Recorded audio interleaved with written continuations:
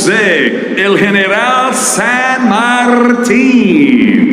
San Martin. Para Campeonato del Mundo, Jose San Martin. Training with the one and only Coach Ernel Fontan.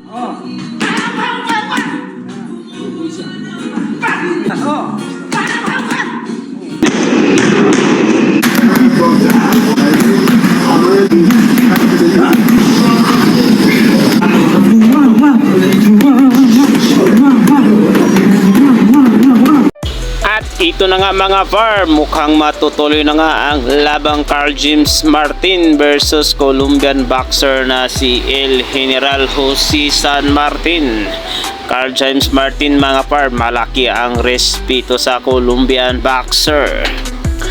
Ramdam ang bigat ng dibdib sa unang salang sa Estados Unidos ng Pinoy undefeated na si World Boxing Organization WBO Junior Featherweight Rising Star Carl James Wonderboy Martin na masusubok sa dating kasparing na bitiranong Colombian boxer na si Jose El General San Martin ngayong buwan na usad ang unang pagtutuos noong Marso 22 sa Mandalay Bay sa Las Vegas, Nevada tulot ng problema sa visa ni San Martin.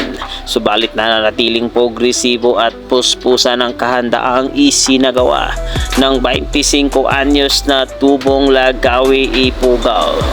Actually nakasparing ko na rin po siya si San Martin ng ilang beses. Hindi lang na scout, naka-experience din ng di-kalibring boxer. At hindi basta-basta. Hindi tayo dapat magtiwala ng sobra kapag nasa taas po ng ring dahil may mga diin at matulis na bitaw din po siya at maraming experience na kinalaban na world champion. Pahayag ni Martin sa panayam ng Abante Sports patungkol sa dating nakatapat ni San Martin na sina reigning WBO Junior Lightweight Titleist Emmanuel Bakiro Navarrete, Junior Featherweight Contender Elijah the WXXLF versus at reigning IBO Super Bantamweight Titleist Shabazz Masood ng UK. And his opponent now making his way to the stage, his professional record, a perfect one.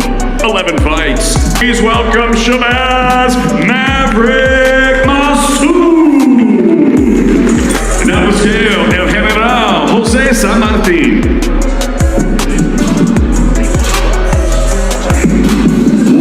20.2 for El General Jose San Martin. And now the scale, the undefeated Shabazz Maverick